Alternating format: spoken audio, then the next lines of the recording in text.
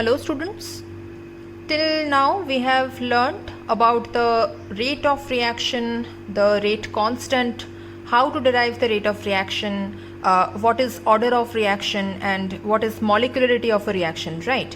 And today we will learn about the integrated rate equations and we will learn how to derive the integrated rate equations. See, we have already discussed that for the reaction of the type A plus B to C plus D, there we have derived the rate of reaction as the change in concentration of the reactant by change in time, right? So for the reaction of this type, we have learnt that rate of the reaction is given by change in concentration of these two things. If we represent this one as R, that is the reactant, so this will give you the type of this change in concentration of reactant by change in time, right?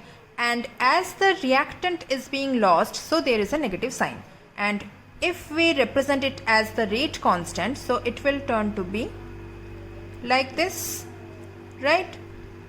So this form of the reaction is called the differential rate equation. This one is the differential rate equation. Okay, now this form is not convenient to determine the rate law and hence the order of the reaction, because see, if we plot the concentration versus time graph, in that case the instantaneous rate has to be determined from the slope of the tangent at time t, right? Now this kind of measurement is not only inconvenient but it also lacks the accuracy.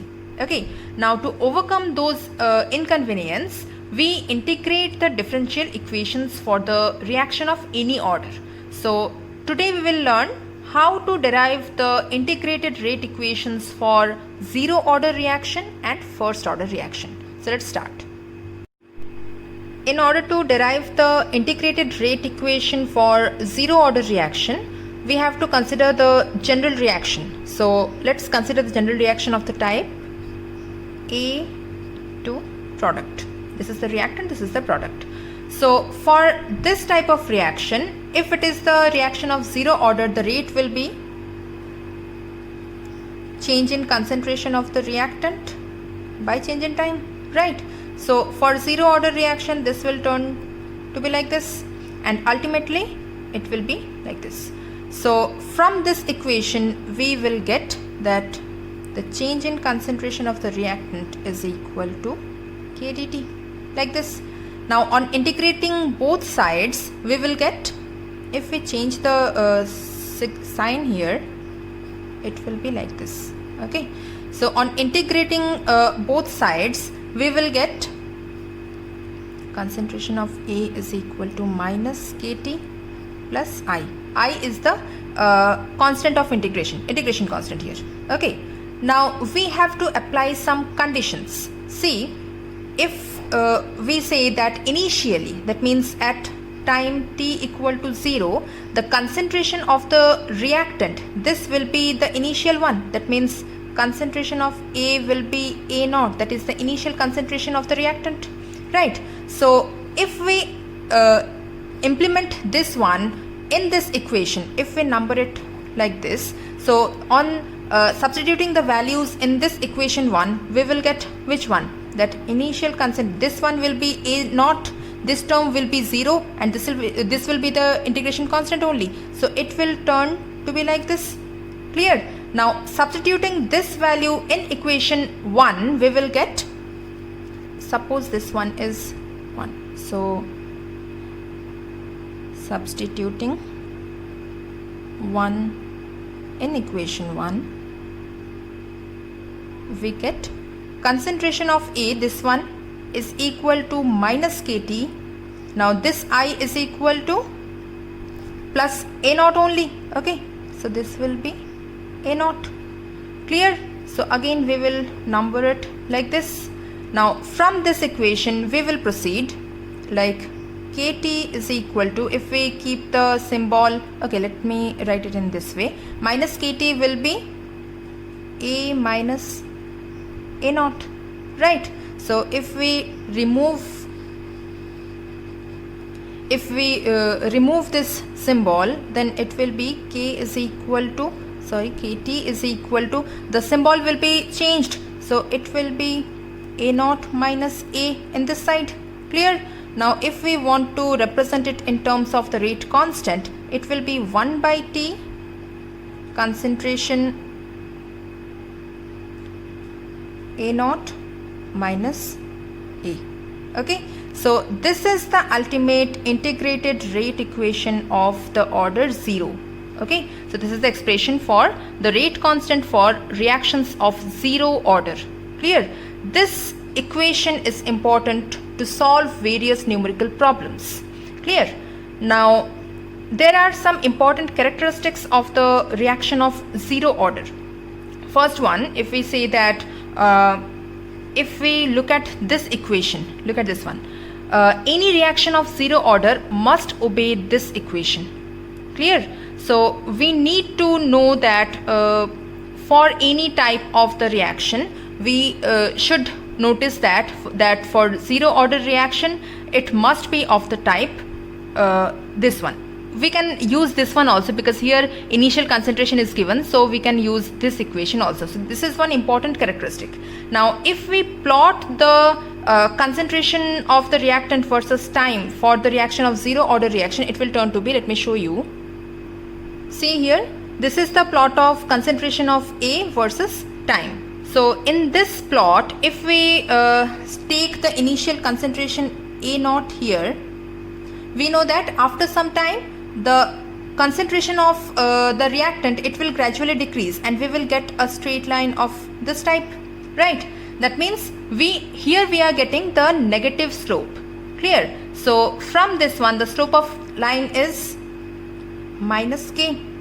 Why? Because from the previous equation we have got that, let me write it here, initial concentration of the reactant, it is of the type minus KT plus A naught, right? So from here also we are getting that y equal to mx plus c. So this one is the slope minus k, right? So from this type of plot we will get the negative slope of the line, and this slope is minus k, that is the rate constant.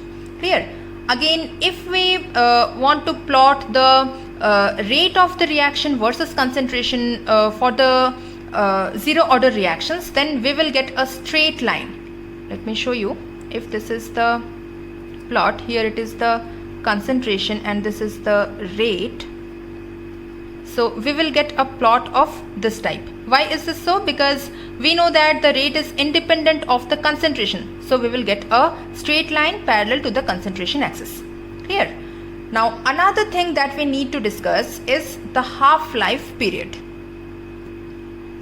Half-life period is the time in which half of the substance has reacted, and we represent this half-life period as T half. Okay, so after the half of the substance has been reacted, the concentration of the reactant will be half of the initial concentration. So when the time is T half, at that condition the concentration of the reactant will be half of the initial one. Okay, so if we substitute these two values in the rate equation of the 0 order, the rate equation of 0 order was K is equal to 1 by T concentration of initial concentration minus this one, right? So if we write it in this way, we want to find the half-life period, that is the T half. So it will be 1 by K.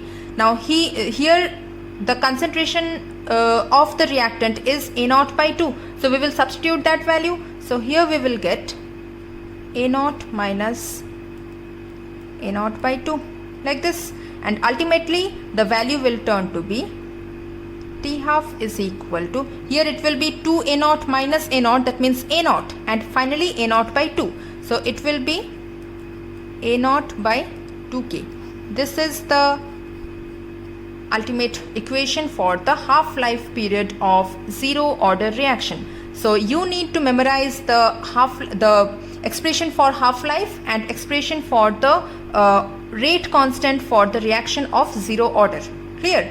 So these two equations will help you to solve the various numerical problems. Now we will learn about the integrated rate equation for first order reaction. See, a reaction is said to be of first order if the rate of reaction depends upon one concentration term only, right? So we can say that for the reaction of the type A to product, here the rate of reaction will be directly proportional to which one? The concentration of reactant only. Okay, now for the type of this one, here also the rate will depend upon the concentration of the reactant, so only on A, right? Again, if the type is like this, if two reactants are present in this form also, the rate will be dependent on the two separate reaction conditions or reactants, right?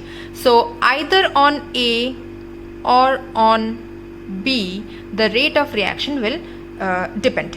Now for simplicity, we will take the first case, that is A to product. Okay, so for the reaction of the type A to product, if we take the initial concentration of the reactant as A moles per liter, so we will write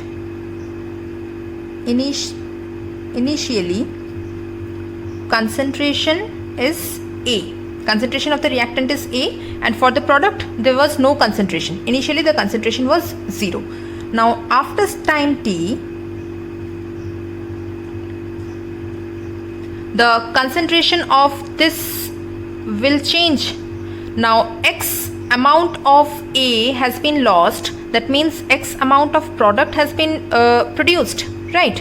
So here the concentration after time t, concentration of the reactant after time t is A minus X. So according to the law of mass action, the rate will be proportional to the concentration of the reactant, that means A minus X at this time, right?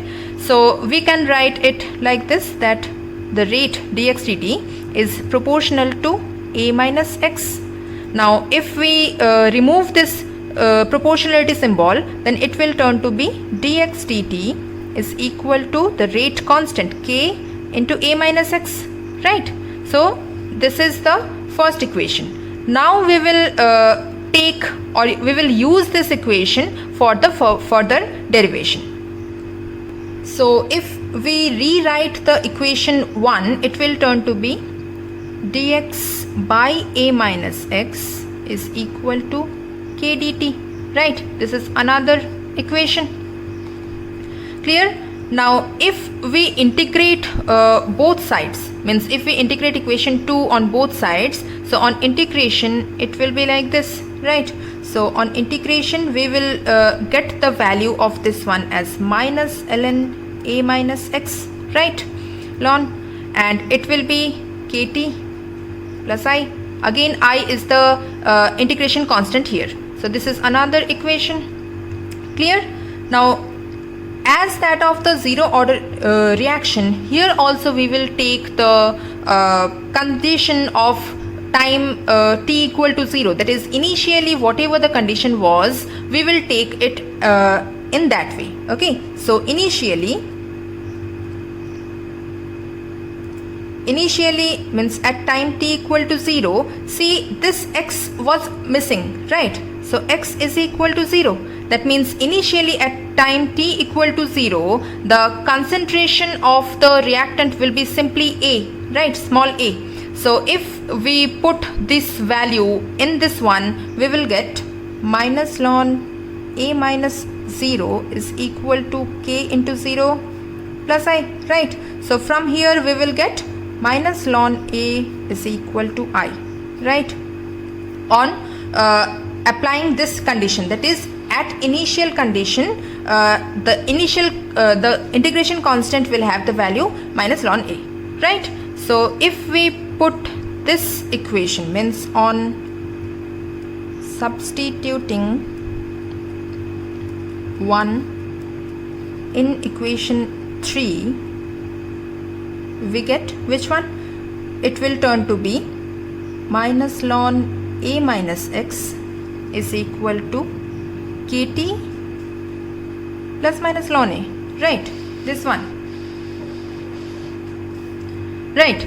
So if we rearrange it, we want to find the rate constant, right? So we will keep it in a separate side, and then we will put the values accordingly. So this will turn to be minus ln A, and this is minus ln A minus x. If we rearrange it, it will turn to be ln A minus x, right?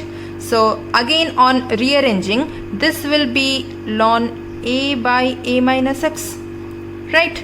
So again, from this one and this one, we will get the value 1 by t ln A minus A by x, right?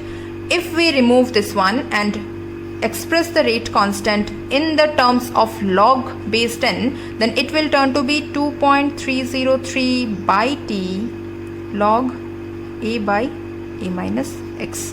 So this is the ultimate relation or expression for the rate constant of first order reaction. Clear? This one is very important. Now for this one also, we can express it in other way, that is k is equal to 2.303 by t log initial concentration by the final one. We can use any of the expressions, both are the same. Clear? Now for the first order reaction, if we want to plot the concentration of the reactant versus time graph, then we need to use this equation. So from this one, from this equation, we can get that if we take it in another way. So from this one we will take k by 2.303. This time will come on this way, and here it will remain log A naught by A, right? So again, on rearranging, it will turn to be A naught minus log A, right? So we need to plot the concentration versus time. So if we write it in this way, log A in one side, so it will be minus in this side, kt by 2.303 plus log A naught, this one. Now this one is again of the type y equal to mx plus c, right? So if we want to plot the graph of this, here it is the time and this is log concentration of A, okay? So we will get another slope like this, and here it will, the slope will be this one, negative slope, this one, y equal to mx plus c, okay? So this is the slope. So here it is a negative slope, and the slope, value of the slope is k by 2.303. So clear? So for the first order reaction, if we plot log concentration of the reactant versus time, we will get the slope k by 2.303. Clear? Now we will find out the half-life period of the first order reaction. So from the rate equation, integrated rate equation of the first order reaction, we have got that rate constant k is equal to 2.303 by t log A by A minus x, like this, right? Now we need to find the time, that is the t half. So if we rearrange it, we will get t is equal to 2.303 by k log A by A minus x, right? Now when half of the reaction is completed, that is this x, after completion of half of the reaction, 50% of the reaction, x is equal to half of the initial concentration of the reactant, that is A by 2. Clear? And we can write that at t is equal to t half, x is equal to A by 2. Clear? So if we put this value in this one, we will get t half is equal to 2.303 by k log A by A minus A by 2, right? So again, if we rearrange this, this will turn to be simply log 2. This whole value will turn to be log 2, and this value will give the value 0.693 by K. So ultimately the half-life period of the first order reaction is given by T half is equal to 0.693 by K. Clear? So you need to memorize this expression and the expression for the rate constant for both zero order and zero order and first order reaction. Okay, and using these expressions you need to solve various numerical problems. Another thing that you need to remember is the integrated rate equation for the first order gas phase reaction. Okay, let me show you. So to derive the integrated rate equation for the first order gas phase reaction, let's consider the general first order gas phase reaction, that is A, which is in gaseous state, to B and C, all are in gaseous phase. So initially the pressure of the reactant and the products will be expressed as we express the concentration terms. So initial pressure,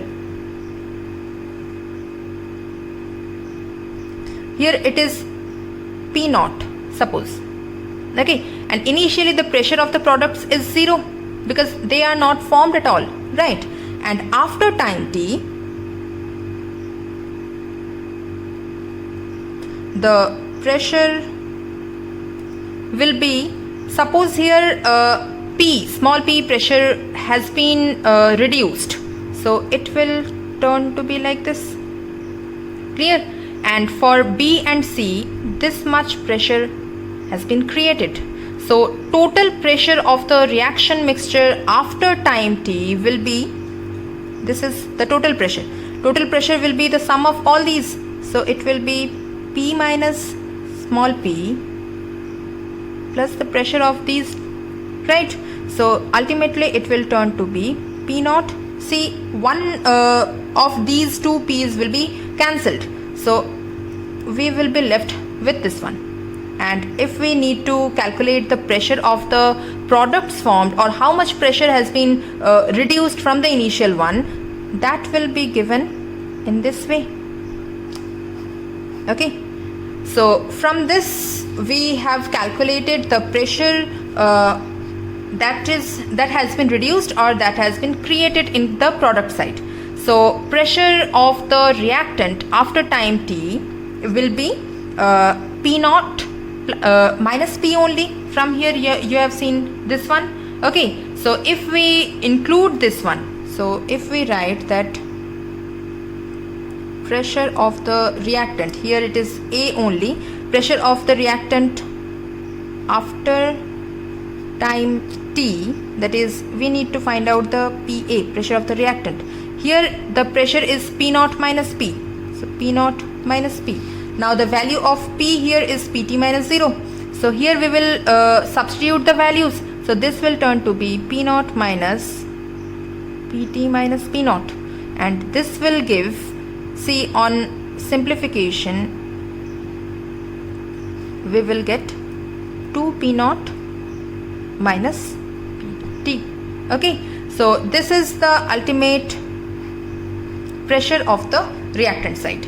Now initial pressure of the reactant is proportional to the initial concentration of the reactant, right?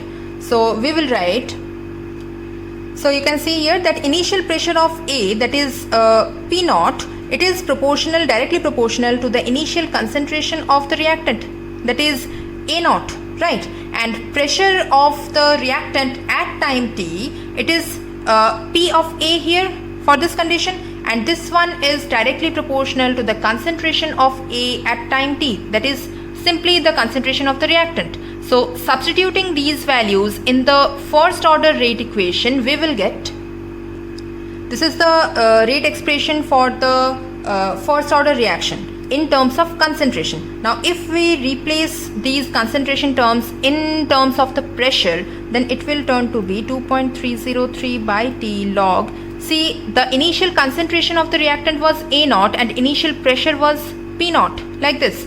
And here the final concentration of A, that is the reactant, is like this. So final pressure of the reactant in case of the gas phase was P naught minus Pt. We have already calculated it. So this is the expression that is given by the first order gas phase reactions in terms of pressure. Clear? So this one is another important equation that you need to remember. So if we express the half-life period for this gas phase reaction, then again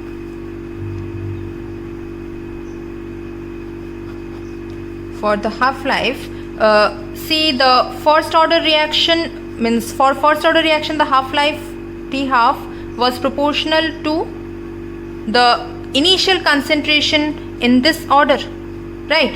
So for second order reaction it will be T half proportional to minus 1, because for first order reaction the T half was proportional to the equation like this, right?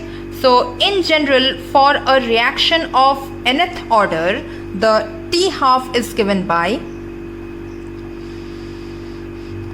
T half for the reaction of nth order is given by T half proportional to A naught to the power 1 minus n. N is the order.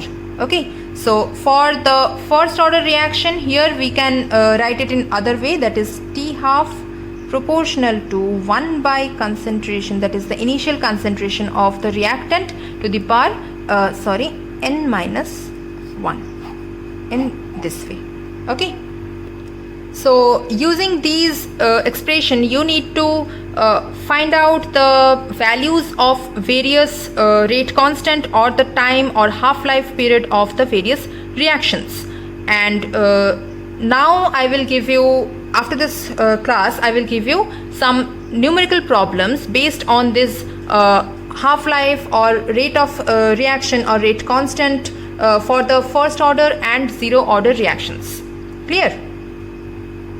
So this was all about the integrated rate equation for the zero order and first order reactions.